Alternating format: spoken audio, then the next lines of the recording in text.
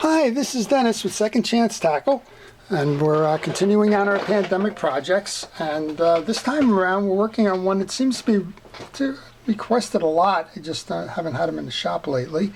But it's the Penn SpinFisher V, the 7500 series. And the 7500 series is the bigger reel. And the SpinFisher V was the current generation until they came out with the SpinFisher 6 about a year ago now. So it's time for this one to be tuned up. This is a first responders reel. It's from a firefighter, and I want to say thank you not only to him, which I already have when he dropped it off, but to all of the first responders that are out there working hard to help us overcome all of the issues associated with the pandemic. So we're going to take this reel apart. We're going to show you how it's set up, show you how to service this reel and how to get it back working. Not that it isn't working, but working better throughout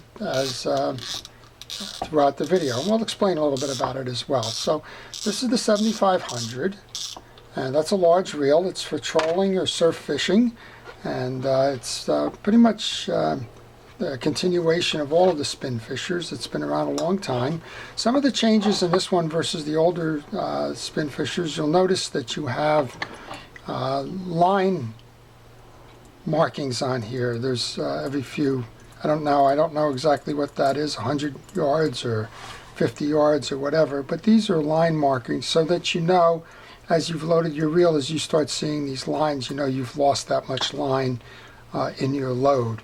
This one also has a minor up top drag setting, but it really has the slammer drag system below, and we'll take that apart and we'll show you what that's made of. But that keeps the water and the abuse out of those drag washers, where the typical front-loaded drag washer system, everything that you're fishing comes off the rod and the line and hits the top plate and infiltrates into the drag washers. So there's only one small one up top, but there's the HT100 drag system below. So we'll show you about that one as well, and we'll show you how to fully service this reel. So we're going to start by taking the handle off.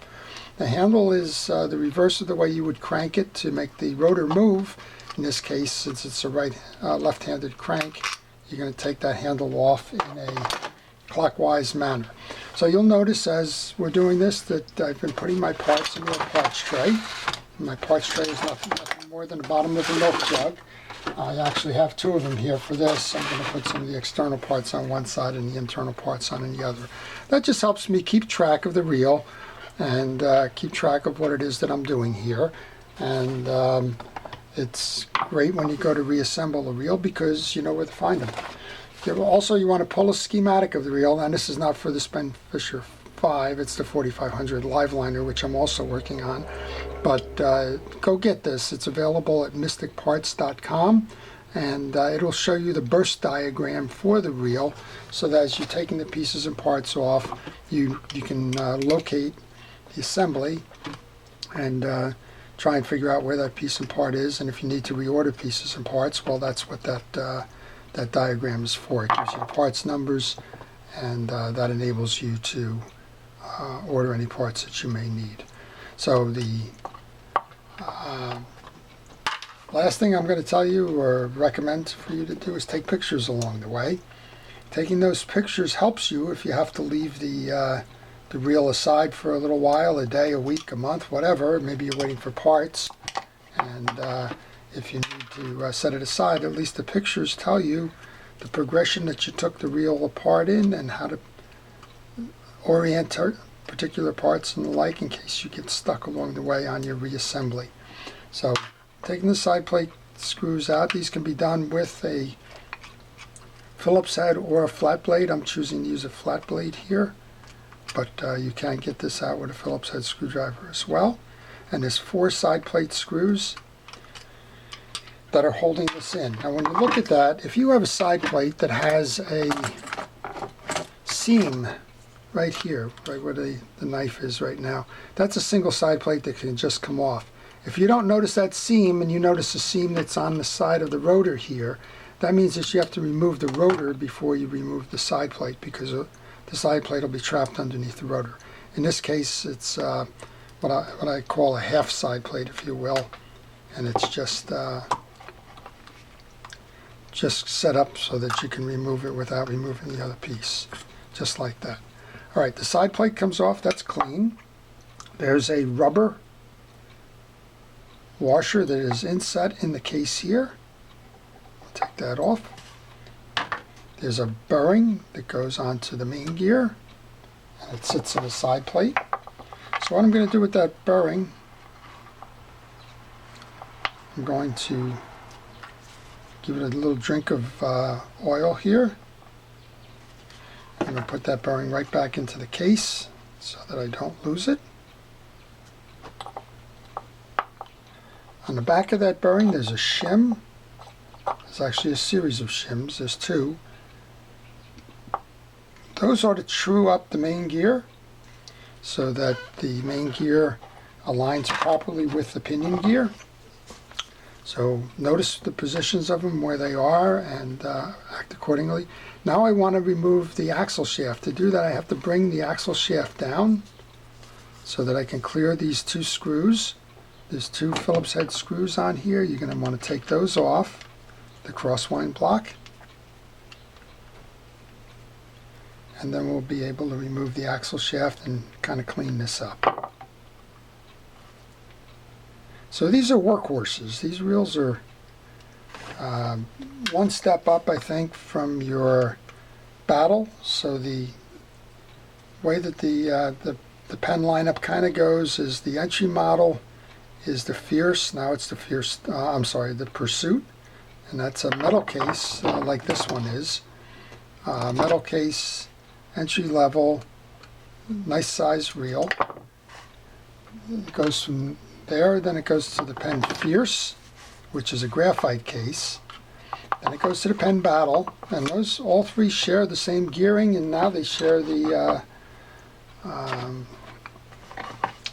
drag systems. Before, the difference between the Fierce and the Pursuit and the Battle was the drag system, and that the Battle had the HT100, and the Fierce and Pursuits only had the felt washers. Now you don't have a Battle 3 yet, you only have the Battle 2, but the others share that HT100 drag system. There's very little difference, one ball bearing on the spool, between the Battle and the current Fierce and Pursuits.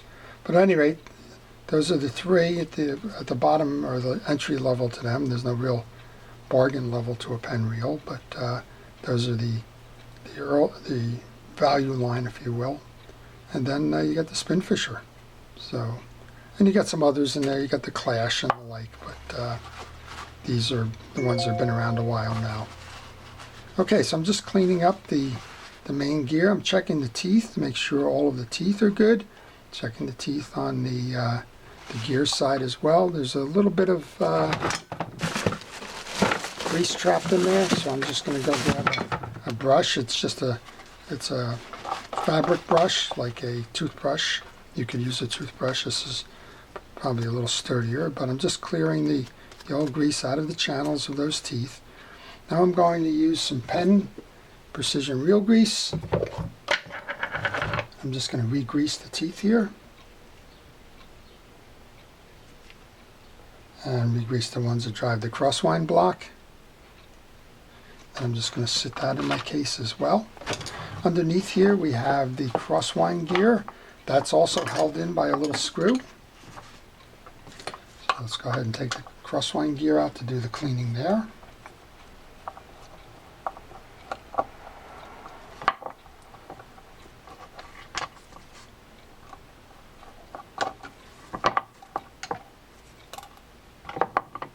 I'm just going to grab a little pliers for that small part there.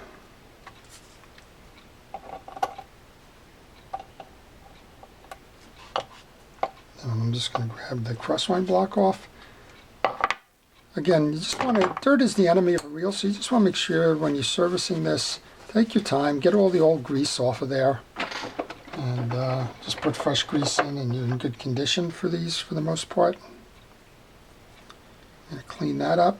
I'm going to clean the channel behind it. You can see the factory greases in there. Just get the old stuff off, because if there's any contamination in there, we don't know what's in that stuff. It could be Saltwater, sand, it could just be old metal filings that came apart. Just get rid of that. It's not that much of an effort to do it, and cleaning it up will make it last so much longer. All right, I'm not going to put the grease on this yet. I'm just going to put that in my bucket here. Now we're going to go up top here, and we're going to service the pinion gear. We have a hold down screw here. Take that off.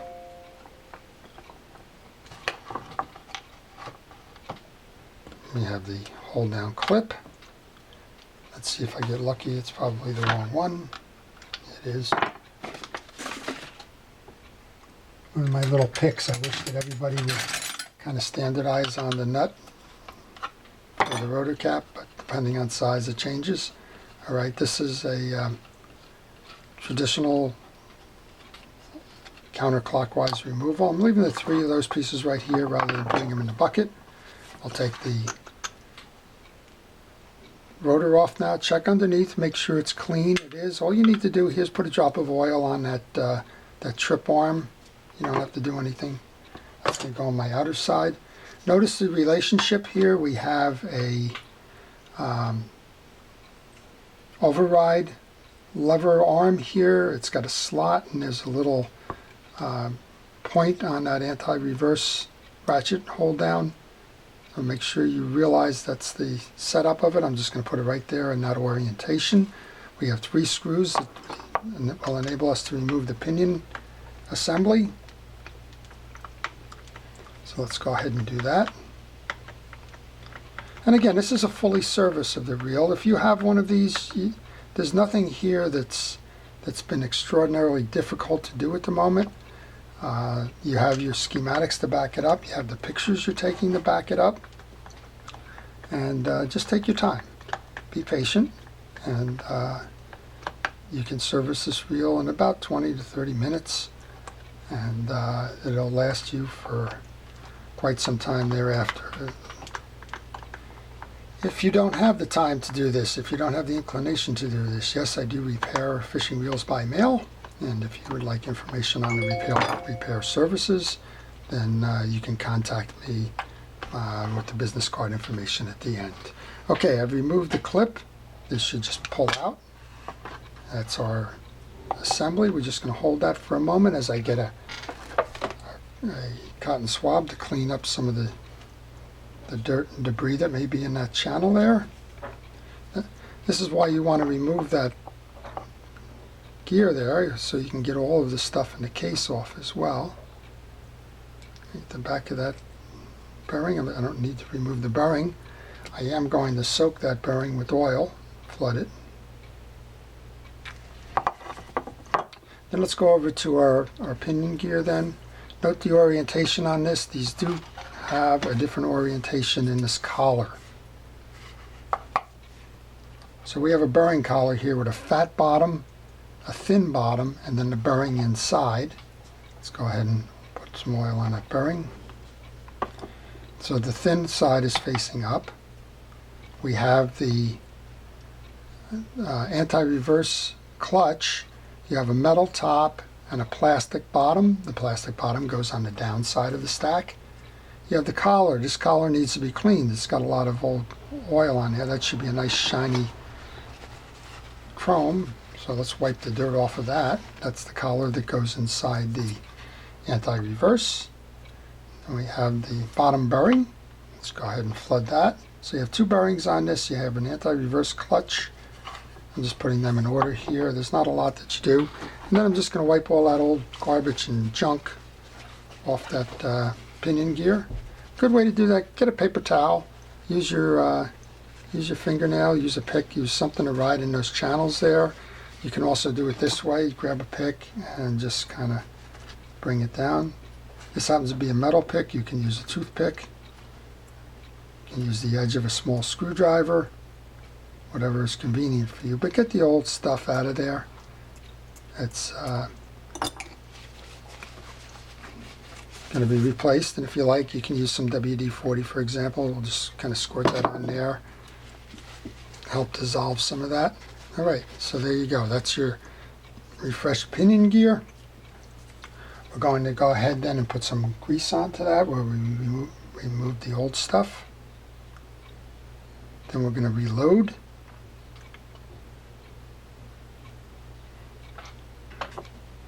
So the bearing goes on.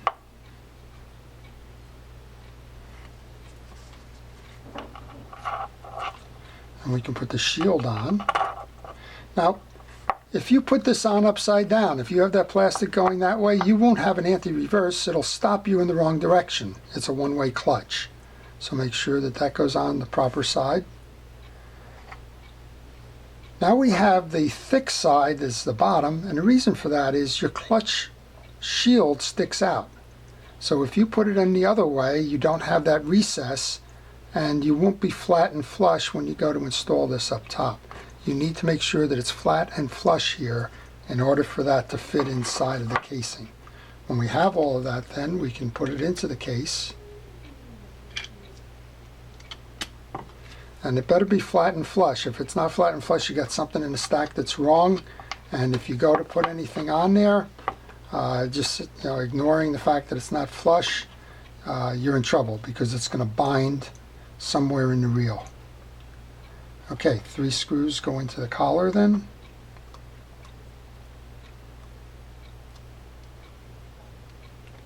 And those of you that watch my videos are probably going for coffee right now because you know me and small screws don't get along.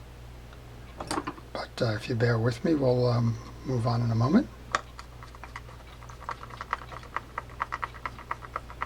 And I've had all kinds of suggestions about this. I've had the dip it in the grease. That actually works pretty good.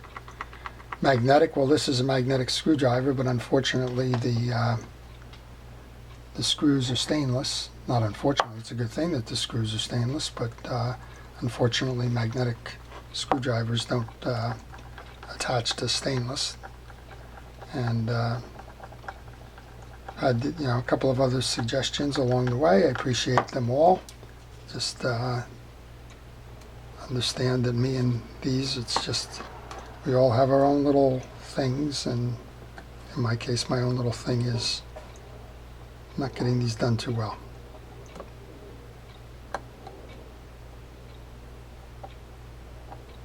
There we go. I think we got the last one started there. Nope, we don't.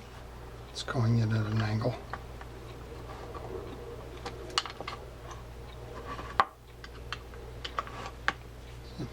Just going to loosen these up a little bit so that I can get that hole a little bit closer to square. Don't force anything. Don't take the risk of stripping, cross-threading. In this case, if you cross-threaded, it would be a body that you would have to replace. Just take the time. Go by sense. If you can't just turn it easily, it's probably not being done properly. Alright, so that's the upper part of the reel. We'll go about assembling the body, and then we'll go over and show you that slammer drag. I'm going to grab the anti-reverse. Remember, you got to get that point in that slot there. And we can take our rotor, put the rotor on, grab our rotor hold down nut,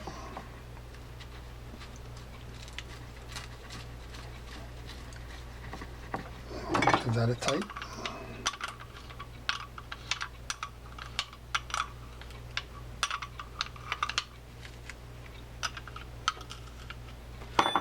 Give it a spin. It's doing what it should be doing. Take our hold down cap, hold down screw. For those paying attention, every now and then I forget this step, and I know folks remind me that I forgot it. Typically what will happen is if I do a video, I don't heavily edit these videos. Typically I'll look at my parts tray later and find out that it's still in there, and I'll go back and reinstall. Don't worry that for some reason I may or may not have left that off. It usually gets back on. Okay, crosswind block. Now we're kind of going in a reverse order of the way we took things off. We're going to put some grease in the back, put grease in the teeth, making sure that as I go through this that those teeth were in good condition. I'm going to load the point of the crosswind gear below. We're going to set that hold down screw.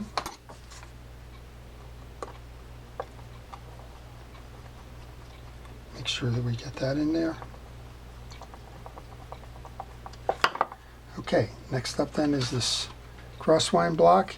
Now this is we took this thing off, what, 10 minutes ago, whatever, and if you've forgotten which way it was, that's how you would go to the schematic to look. Now in this case it's hard to forget. This little tab belongs under the hold down here, and this line roller bearing over here.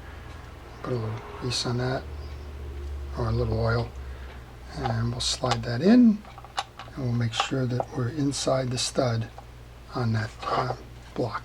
With that up then, we've already greased our main gear assembly, so that can get installed next. Now you can't put your axle in until you put the gear in, because the axle's riding here, and that crosswind gear driver on the back is in the way. So if you tried to put that in, you'd be jam it up. Same thing with trying to get that out without removing the axle shaft. So main gear. Now we can put the axle in. If this axle wasn't clean, you could take the time, wipe it down. You could use some steel wool if you found a little rust on there. Just a light coating of grease as you put it back in. And then we just want to merge or mate.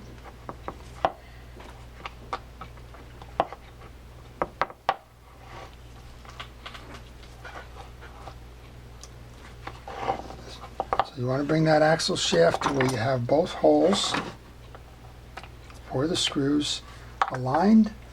And you want to take your two screws, and I set them in a separate part of my tray there, so I knew exactly where they were when I went to reinstall. Again, they're Phillips head screws, so get your Phillips head screwdriver to do that. And we're almost done with the bottom of the case, almost done with the reel assembly itself.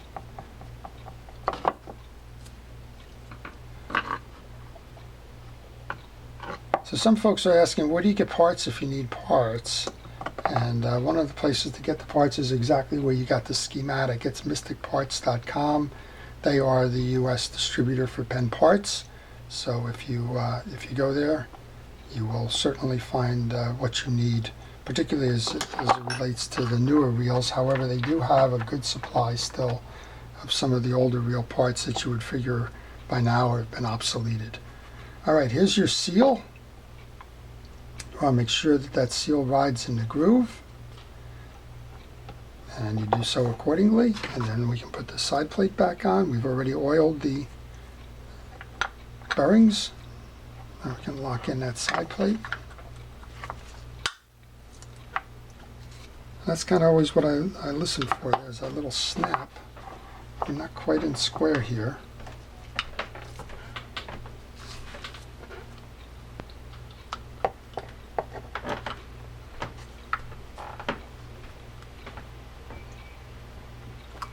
There we go.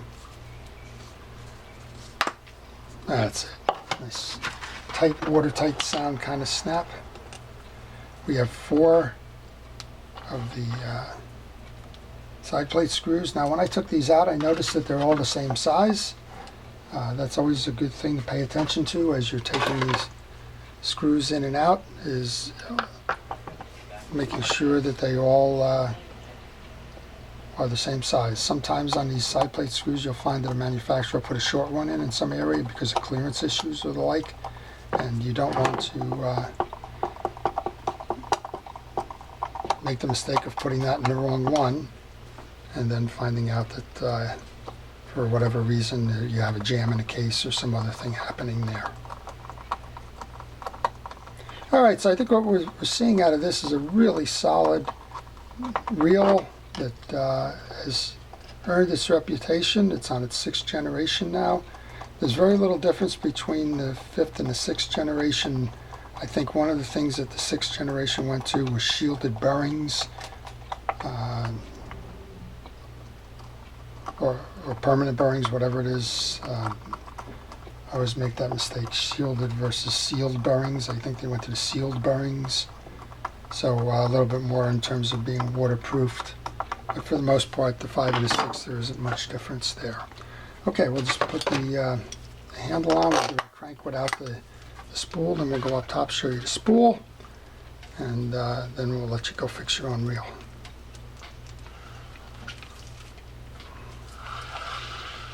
Okay, and for the servicing of the bail, you don't need to do much.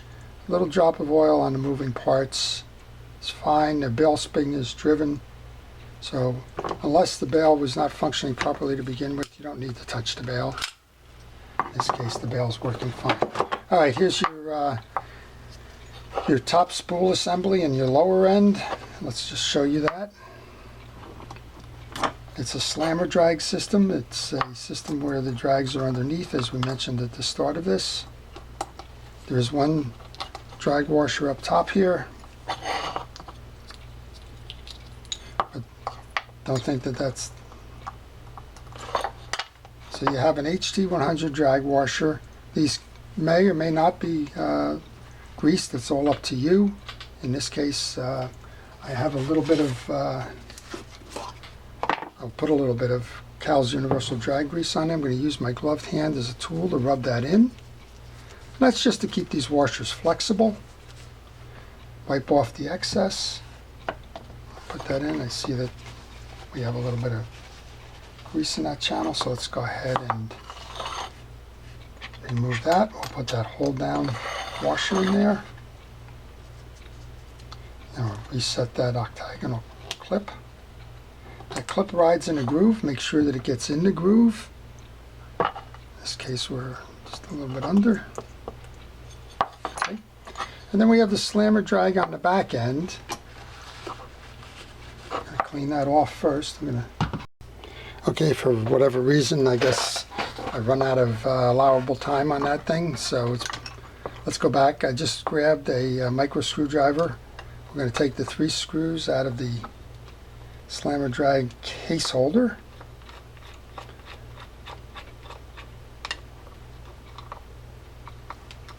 And then we'll have a series of drag washers and plates, not atypical of what you would see on the top end. It's just, again, it's a different way of keeping the water out of the reel. If you can't see this, I apologize. It's kind of hard with the camera angle and the inside of the reel and so on. All right, let me see if I can get these out.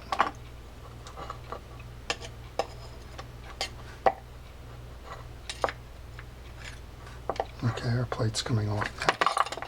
Okay, so here's your drag washer setup. First, there's a rubber ring that seals it from the outside. It's an O-ring. This is the first of your washers. This needs to be cleaned underneath, which is why you should service a reel like this.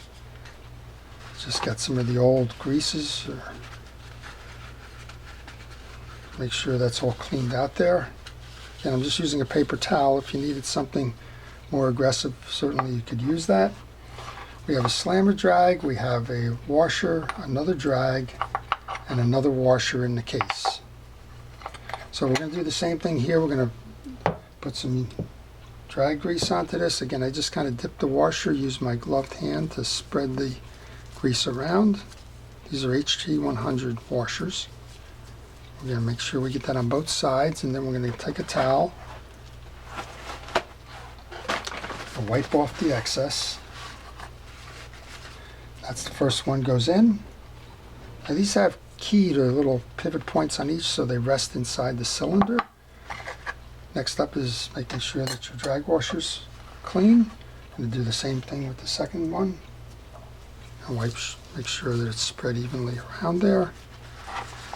Wipe off the excess. I'll seat that in there. And we have another plate here. Then you want to grab your O-ring. Make sure that that goes around the outside to seal the water. Simply like that.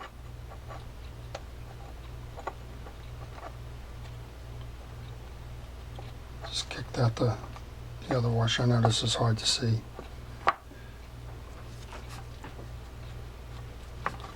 And we can set the assembly in place.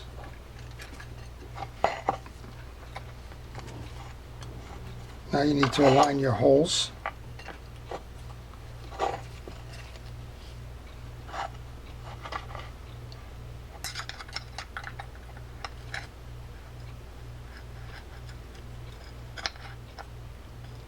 There we go. And then back to my little bugaboo about the screws. This time I think I'm going to try some grease on them.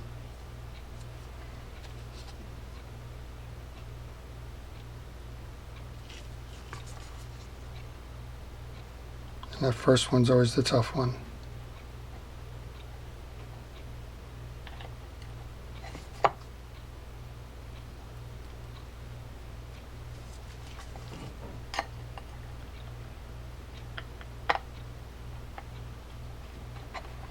Once you get the first one started, the others usually fall a little bit easier.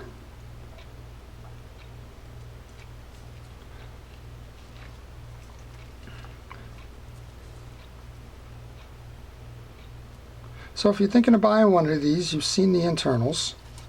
It's a nice system all around. It's been around a long time. It's tried and true. They've sold an awful lot of these reels. And it's one of those that I think you can't go wrong with. It's got a nice drag system, and it certainly has a lot more drag than your Fierce or your Battles, even of the same size. If you look at a Fierce 8000, for example, this one's much more drag washer in it than the others, so it has more max drag being a function of the surface area of the drag washers. So there we go. Well, probably took a little bit longer than I would have liked it to take, but I want to be thorough when I'm telling you about these. How to do these things. There we go. Just have locked in the spool. Tighten that up, make sure that the drag system is proper.